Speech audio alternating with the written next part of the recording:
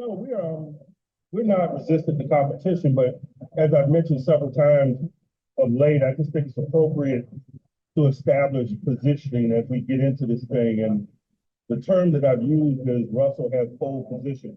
And why do I use that term?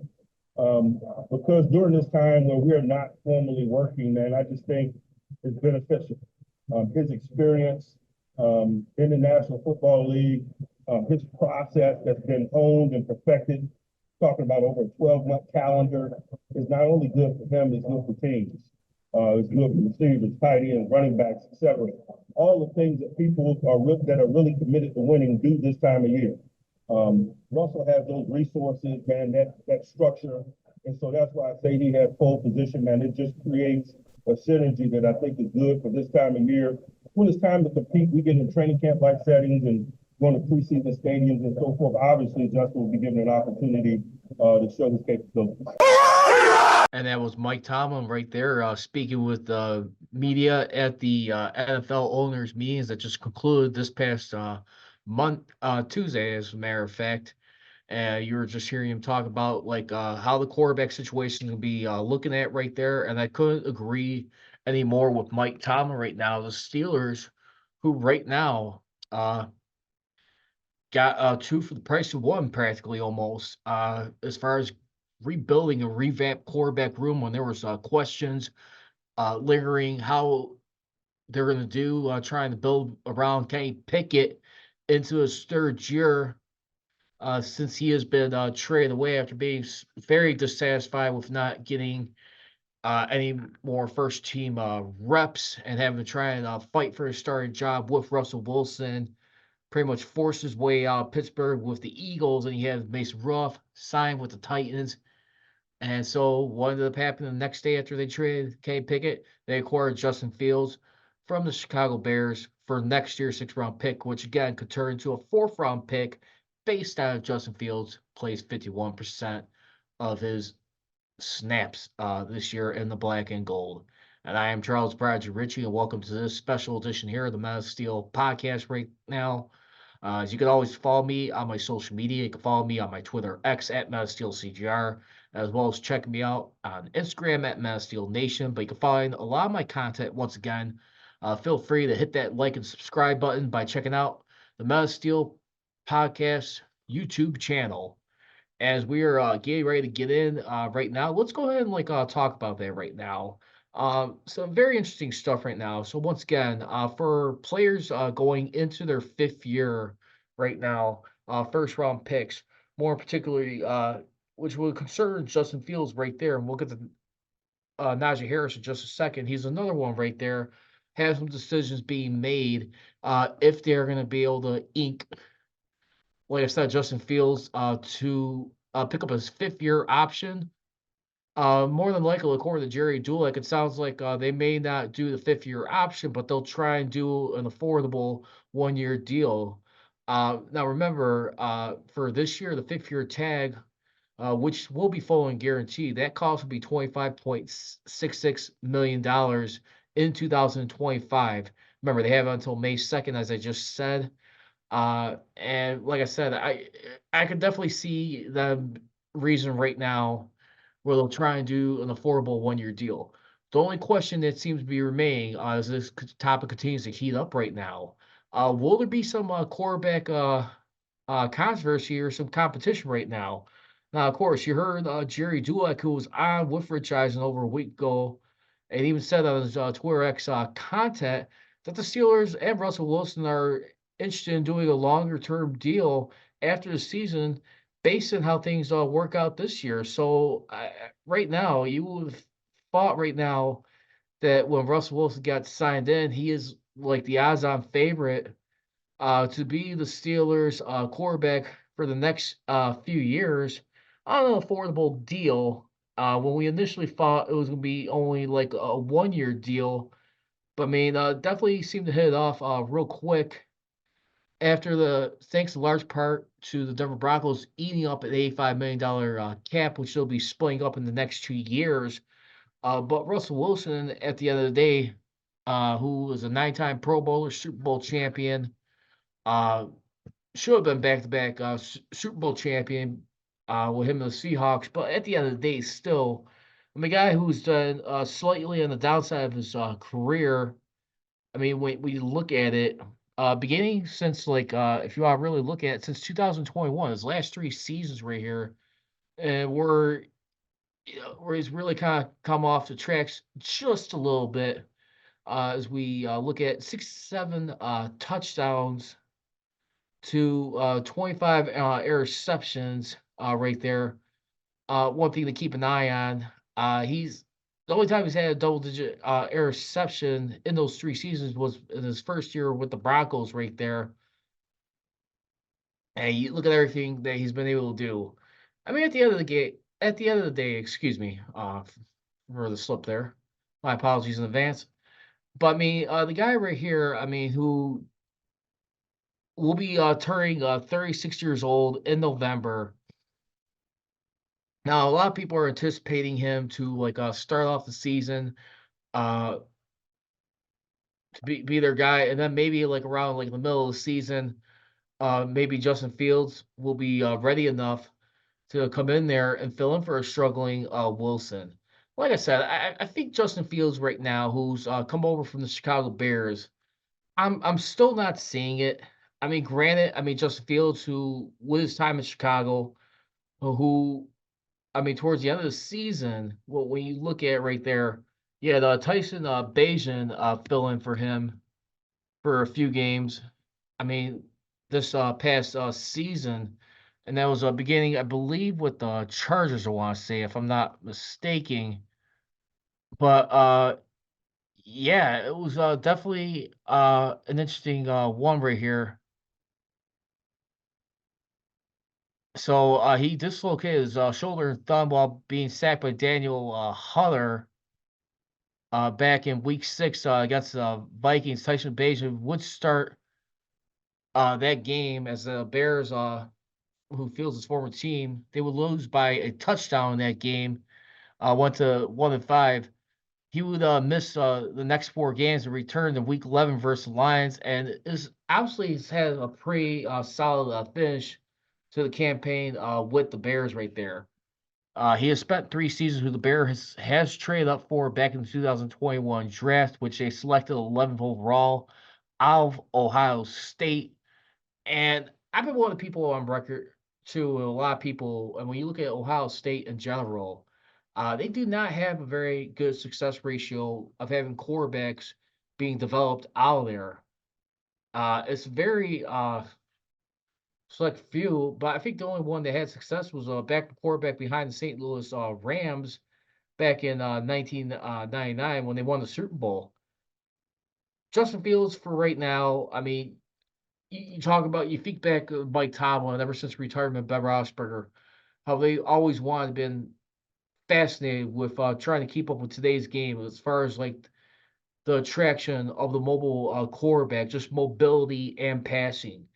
They thought they had that in that guy initially when they picked up Mitch Trubisky back in free agency 2 years ago, and then eventually would draft Kenny Pickett at number 28th overall. But both of them seem to be disastrous right there, and thankfully they made the right wise decision by keeping Mason Rudolph around. And you saw what he did late this past season right there, helping the Steelers get into the playoffs. They snuck in right there along with some help. But again, I mean, look at where they left off, and Rudolph, who once again behind the defense, who once again continues to struggle, but ball security, but just not enough quarterback play. You need more than just a game manager. And here we are right now. I mean, the Steelers right now, they're definitely, Art Rooney's made it clear they need to be a lot better than this. And we know the hype that comes around with this organization, especially like a guy like Mike Tomlin. I've been saying on record for the last 4 years, too, and one of the many few that the whole thing that year after year where where Mike Tomlin continues to have the non-losing season, at some point that starts to lose value over time. It really does start to like get worn out. And Jerry Dulac, I was kind of glad to see him shut down. I mean, Rich Eisen up a little bit. I mean, Rich Eisen, who's like definitely one of the people, like, how dare you, like, like trying to like, well, I think you've even getting rid of this guy, watch him go somewhere else and coach and turn another organization to a successful franchise and realize what you got. A lot of people in the national media have always been firm supporters of Mike Tomlin.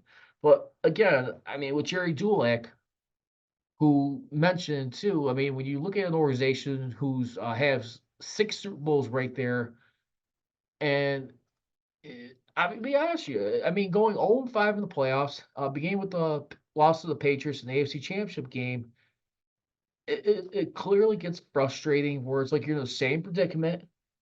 I mean, just get somehow like lingering, like if you're going to be in it or not, and you're not in a bad enough position where you could be in good position for the draft. So it almost seems like they're in purgatory a lot, and which is not always a good spot you want to be for a franchise from an outsider perspective. But for the Steelers, they always find a way to remain competitive and factor in with the defense. When you look at guys like Cam Hayward, T.J. Watt, Mika Fitzpatrick, I mean, a veteran savvy defense right here whose window could be closing in the next 3 years, depending how you take care of them by trying to solve the offenses, particularly with the quarterback issue since the end of since moving on from Ben Roethlisberger. Even so, you can even go back as far as like 2019, after they were on their own without the official breakup of the Killer Bees, and where Ben Roethlisberger had to do some adjusting, more so with not only Juju Smith-Schuster, who's going into his third season, but Deontay Johnson and much more. And then you saw like Chase Claypool, but even still, before he injured his throwing elbow, uh, many people questioned that the franchise was held back even in that regard. But here we are right now. Uh, I still think Russell Wilson right now, if you were to ask me, I'm willing to bet behind Russell Wilson for this season that he could make something work with this team. A lot of people feel like that he's going to fade off a little bit sooner. I'm not so sure about that. I'm not so sold. I think Russell Wilson's definitely got a lot to prove going to the season. I think he's definitely a lot more motivated. Definitely wants to silence the noise right there about how he distanced himself from his teammates and how it's turned into a pretty poor product on the field, especially his last 3 years. We're talking about a guy who was in MVP conversation last back in 2020, I want to say, or even 2019. This is still a guy right now. I mean, yes, he's in his mid 30s right here. I mean, guy could still move around. I think the only question is right now, like how he'll be able to continue like avoiding turnovers in the red zone. But for the most part, I mean, this guy, I like Wilson's veteran leadership, and like Mike Thomas said, the structure that he has built up over his time, which has put him in pole mode right now to be the number one quarterback for right now, and of course being open to competition with him and Justin Fields over time. Why not? I'm Justin Fields. I do not think this is going to work out. I think this was only because I'm not so sold on Mike Tomlin pedigree on developing quarterbacks. You've realistically, under his time here with Pittsburgh, has have like probably two, maybe three quarterbacks as amounted to backups. We're talking about Landry Jones, Mason Rudolph, and then that's about it. I mean, who else did you really have out there? I mean, those two guys. And I mean, to the extent I will say this, in fairness, when despite the narrative that which is true, he did inherit Ben Roethlisberger, but I'll tell you what, him along with bringing in Todd Haley in his sixth season there, who came in 2012, was there with the Steelers from 2012 to 2017, saved Ben Roethlisberger's career from ending a lot sooner. Right there, turned him into a better pocket passer. Statistically, was able to stay on his feet more. The offensive line started peaking back in 2015.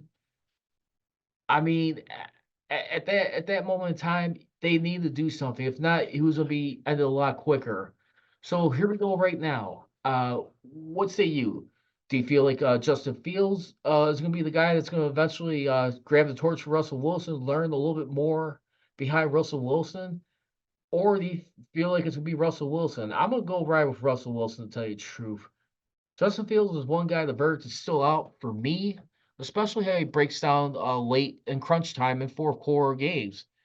I mean, and say what you want too. I mean, like how we've been all hyping up the stats for Kenny Pickett, but when you look at a guy like Fields right now, he's only had career total 2 fourth quarter comebacks, 3 game winning drives. I mean, other than that, I mean, yards per attempt, I mean, it was only better in the second season at 7.1. We know what he could do with his legs, be on the level of Lamar Jackson. I'm just not so sure, if anything. I mean, I just could concern more about his availability than anything. He has not played a full season healthy yet. I mean, the highest amount of games he played was in the second season where he started 15 of 15 games. I mean, in 2022. But I mean, he's got a 10-28 record. We'll see what happens. Probably eventually mount to a Cordell Stewart. So again, who are you guys riding with? You riding with Russell Wilson or Justin Fields?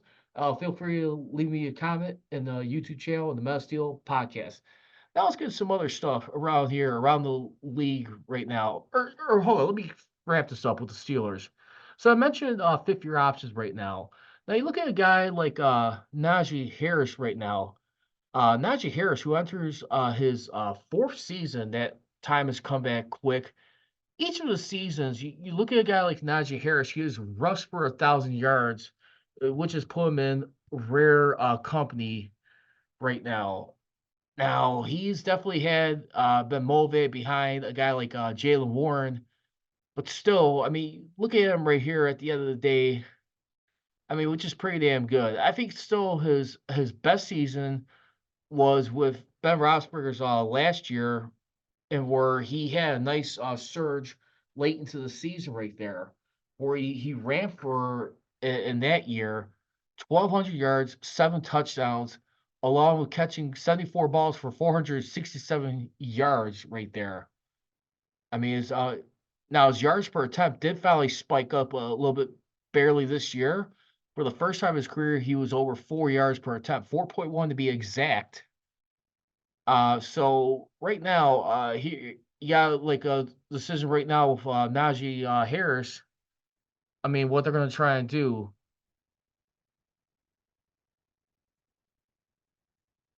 I mean, either way, I mean, Thomas said that the other day that Harris's situation has not been discussed, but that Najee's been consistent. He's been with us. I think I saw a statistic about his 1,000 yard seasons, rare company. I think that just illustrates how he's been for us. And Najee Harris, I think, has just been a welcome addition. I mean, just the only frustrating part is he just tends to take a while to warm up as he gets along. But as we look at it for right now, if his fifth year option were to be picked up again, which they'll have until May 2nd, the price for the 2000 for that price tag for 2025 will be about $6.79 million right there. It'd be real interesting to see if they pick up the fifth year option, or will they be able to hammer out a long term deal at the end of this season for a few more years, which would be pretty interesting right here. I mean, he's been consistent, but more late in the season right here. I mean,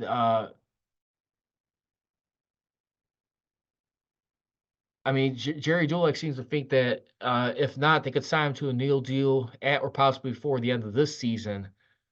But right now, and also too, immediate concerns preparing for the NFL draft that begins on Thursday, April 25th. Process that will see them search for a starting center, a receiver to pair with George Pickens, or a right tackle that will block that will allow Broderick Jones to move to the left side, and a defensive tackle in the mold of Cam Hayward. Those are right now some eye-popping concerns going into this. Speaking of which, right now, one of the biggest notable moves right now, too. Now, the NFL owners meetings did a revamp to the kickoffs right now. It was passed with a 29-3 vote, only needing 24 votes to be approved. Now, of the 3 voters that voted against it, was, of course, Jed York of the San Francisco 49ers right there, who was not in favor. He said he's in fully he's fully in favor of shifting it to more of a real play as opposed to a ceremonial play. But considering what he called a drastic change, York hoped there would be a way to tweak the rule during the season if immediate unintended consequences arise. So let's go over the new hybrid kickoff rule. I'm sure a lot of people have read off of it, but just to recap, what's going to be happening. Beginning this season, the kickers, they will still be kicking from the 35-yard line. The biggest difference, though, what they've been observing for the XFL, which they've been doing this since 2020, is where you'll have the kicking team, up to 10 players, be lined up on the receiving team's 40-yard line. So it'll be 5 players on each side of the ball. Now, the minimal of 9 players, up to 10 of the returns teams will line up in the setup zone between the 30 and 35-yard line. Some players for the receiving team must have their foot on the 35-yard line. Same for the kicking team. They must have their foot on the 40-yard line. And then you'll have 2 maximum players that will be in the landing zone. That'll be from the goal line to the 20-yard line and will be lined up outside the hashes. With them putting up 2 returns to field of football, if they decide to utilize just 1 return, and then the extra player will have to line up to set up in the will have to line up in the sub zone between the 30 and 35 yard line if they opt to do that. Now, once the ball is kicked, there can be no movement until the ball reaches the landing zone, which is the 20-yard line, or until the returner catches the ball. That's when the rest of the players could start moving. If a ball hits the ground in the landing zone and then rolls into the end zone and doesn't get returned, then the touchback will only go out to the 20-yard line. There will be no fair catches. So again, if the ball hits the landing zone and rolls into the end zone, it will be placed at the 20-yard line. There will be no fair catches. If the kickoff is caught on the fly in the landing zone, then there will definitely be a return because fair catches are prohibited under the new proposal. Now, failure to reach the landing zone, which is at the 20-yard line, if it fails to reach the landing zone or it goes out of bounds, the ball will be placed at the 40-yard line. If the ball gets kicked into the air, into the end zone, or through the end zone, that'll be considered a touchback. That'll be placed at the 30-yard line. Now, here's one of the biggest reasons why they did this. They're saying for injuries to be reduced. The key metric was the concussion rate over the past decade for kickoffs, where anything from 3 to 5 times that of typical offensive players, right there. And I'm not gonna lie to you. I was watching this, and my take on this, I think for right now, when this was gonna be an option, they didn't do anything with trying to revamp this rule. I mean, they're gonna basically eliminating kickoffs. I think you still need to have this part of the game. It's still one of the speed factors, still the excitement of trying to move up and down the field. I'm just a little bit concerned, like, how close they're gonna be lined up together because the only thing is, though, too, when you look at it, if you follow your blocks, properly and you just find a way to get that edge, you could be potentially seeing a lot more longer returns or returns for touchdowns. That could be a very, interesting dynamic right there. Now, I mean, with that being said, too, the Pittsburgh Steelers reacted quick.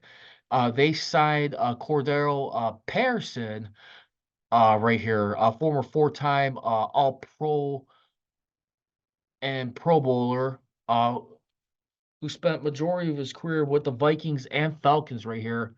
He comes over here with the Pittsburgh Steelers right here on this. And it's just they signed him to a 2-year, $6 million deal because of the new radical kickoff that was adopted by the league owners. They began talking with Patterson last week when it became apparent to to them, the kickoff rule proposal was gaining steam among the owners. So that's going to be a real interesting one. I'll be honest, with you, I'm excited of all the moves the Steelers made this season, where it's like signs, trades. The Cordell Patterson one, I'm gonna be really excited for. He just turned 33 on St. Patty's Day. I mean, some would argue. I mean, right now, I mean, he's got a lot of traction on him. But I mean, still, I mean, when you look at the guy right now, when you look at his all-purpose yards per return, 29.3 yards per return, I'll take that. He's amassed for over 13,313 all-purpose yards in his career, and I think this guy could be a real deadly threat still at times. I mean, you look at other two. I mean, like on the defense, you got Patrick Queen. We'll see if like he is the guy that could be their missing Ryan Shazier replacement they've been searching for years. I mean, a lot of people would definitely place him as the enforcer on defense. I mean, who could be a good off-ball linebacker, but Cordell Patterson, man, I am really stoked for it. Cannot wait to see how this goes right here. I mean, you gotta imagine Danny and Arthur Smith are licking their chops trying to devise some game plans, especially on the special teams unit too, together what they could do right here. I mean, look at some of the other moves too the Steelers have been making too in like recent memory throughout this. I mean, you also got they also add some key notable ones. Former Eagle receiver Quez Watkins signed the who was a receiver signed with the Steelers back on March 25th. They also got a third quarterback right now, Kyle Allen, who's been signed. Defensive end, Dean Laurie, and of course, Cordell Patterson. But I mean, now you got Van Jefferson on here too. So they've been moving pretty fast right now. I think it's becoming pretty obvious right now when you look at this draft. You may be looking at a center or tackle uh, with the 20th overall pick going into this year's draft. I would have no problem with that. But anyway, back to the other stuff here on this too. With the kickoff, you also had right now too on the kickoff. You had Dan Campbell of the Lions, who's pretty excited about the possibility of strategic innovation. You want to feel like you're going to do something that is a little unique or something they're not prepared for. Campbell did say, and really that's what it is, right? You're wanting to try to find something they're not ready for, not prepared for, whatever that is. Maybe it's been done, maybe it hasn't. But I mean, the kick return. Hey, I mean, at the end of the day, I'm glad they're trying to wisen up versus how having. I mean, these fair catches. There was hardly any returns for touchdowns. I think there was two last year. It was down to like 20%, which has been the lowest I heard from like 1983. But I think the biggest issues too that's been coming out that has been inevitable in the owners' meetings that has been approved, which Skip Bayless more in particular has been saying the hip drop tackle game ban, but more in particular on the swivel technique. The NFL has done some research on this tackle, and the league has found that the injury rate is somewhere between 20 to 25 times higher than that of other tackles. Although the NFLPA did not want to see the tackle banned, the owners officially voted this through Monday, which means the hip drop tackle has now been outlawed going forward. Now, according to Article 18, a hip trap tackle is a foul if a player using the following technique to bring a runner to the ground. Grabs the runner with both hands or wraps the runner with both arms and then weights himself by swiveling and dropping his hips and or lower by landing and trapping the runner's legs at or below the knee. Penalty for this would be loss of 15 yards and an automatic first down. Now, Rich McKay, right here, the former Super Bowl champion Buccaneers, who has been with the Falcons going into his 21st season. In response to this, any concern with the hip drop tackle being eliminated, he said, "For me, no, none whatsoever." He said, with the troubleshoot with the new rule, because this isn't the elimination of the hip drop. This is an elimination of a swivel technique that doesn't get used very often. When it is used, it is incredibly injurious to the runner. The runner is purely defenseless in that regard. I've heard defenders say before, I hear them, "Hey, you're putting me in a really tough spot." You're saying I can't hit here, and what do I do? My response has always been, well, you can't do that. That's just because the guy you're hitting is defenseless, has no way to protect himself. So we got to protect him. You got to come up with other ways, and you know what they do. Yes, we outlet the hip drop, but what you may think are the drag from behind where he falls on them, that's still a tackle. This is only that tackle where the player's lifting themselves in the air and then falling on the legs. To be honest with you, this one's gonna be real interesting, but at the same time, too, I get it. I think anything to save this game. I mean, yes, it's gonna have to be unrecognizable, but at the same time, too, my pushback for a lot of people with good concern too. You gotta think about for the new generation of athletes who still elect to play this game once their bodies are formally conditioned and built up, where they start playing football, maybe in like high school. To eliminate any concerns, I mean, you have to do what you gotta do to like further safen this game. It's gonna be a lot of growing pains, but I'm not sure if it's gonna be flag football just yet. I don't think so. It's gonna be very difficult. You'll probably see a lot more breakaways from this, but we'll see. Now, here's another interesting thing that came out of the league meetings: the challenge rule. Under the previous rule, anytime like coaches who have 2 challenges. Now remember, before the old rule was if you lost one of your 2 challenges, you only had the one remaining, so you only get 2 challenges for the game. Now, we did see many times where coaches will win 2 challenges in a game. If they won both of their challenges, they would get a bonus challenge. Well, that has been changed to this now. If you get either of the 2 challenges correct, you will earn a third challenge. That'll be pretty interesting. I'm not sure if they had to make that one. I don't think that was necessary. I'm not too much in favor of that. I kind of like it from the standpoint if you got both of them, then you get a third challenge. That one, it sounds interesting, but not really too cool on that one. And lastly, teams right now the NFL will play 2 Wednesday Christmas games this season. It'll be a Christmas doubleheader. The teams that play on Christmas Day this season will also have played Saturday, December 21st. Thus, in the NFL's eyes, it'll be the equivalent of those teams playing on a Sunday and then a Thursday. So either way, I mean, we see it the last few years. I mean, why not at this point? I mean, Christmas usually been like the NBA for the last 2 decades, but I mean, at the same time, too, I mean, it's kind of hard to argue too. I think NFL, uh, I'm not gonna lie, it's kind of hard to like watch the NFL on Christmas Day, to be honest with you. I think basketball is more, like the NBA is more suited for that. But at the end of the day, hey, why not? I'm a football guy. We'll see how that goes. But anyway, feel free to let me know. Once again, I want to hear your thoughts. Real quickly, who you gonna ride with? Russell Wilson or Justin Fields as the Steelers quarterback? What do you think of the new hybrid kickoff right now? Thumbs up, thumbs down, and of course the challenge rule, and as well as a hip drop tackle. Love to hear your thoughts. Once again, you can follow me on my YouTube channel at Matt Steel Podcast. As always, leave you. Don't be trolling, be rolling. Here we go, sirs. Here we go. I gone. Thank you for watching the Matt Steel Podcast with your host, Charles Prodigy Richey, here on YouTube. Please make sure to hit that subscribe button. And for all the latest Matt Steel Podcast episodes, feel free to download them on Mixcloud, Anchor.fm, and SoundCloud, wherever you get your podcasts.